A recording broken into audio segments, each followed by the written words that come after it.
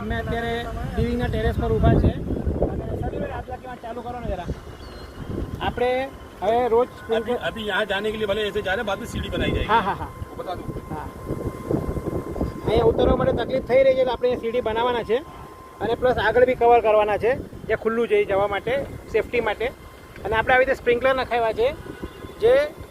હરઠું કરી અને સાફ કરવાથી ધૂળ માટી ઓછી જામશે એના ઉપર અને જે લાસ્ટ ટાઈમ આપણું નુકસાન થયું હતું પ્રોડક્શન ઓછું થયું હતું એ આ ધૂળ માટીના હિસાબે તો એ સાફ હશે તો આપણું પ્રોડક્શન બી વધી હશે અને આપણું જે બિલ આવતું હતું એ બિલ બી નહીં આવે 35% થાય છે અને અમે આ ટ્રાયલ કર્યું તો આપણને સેજે 25-30% પ્રોડક્શન આપણું વધી ગયું છે સોલારનું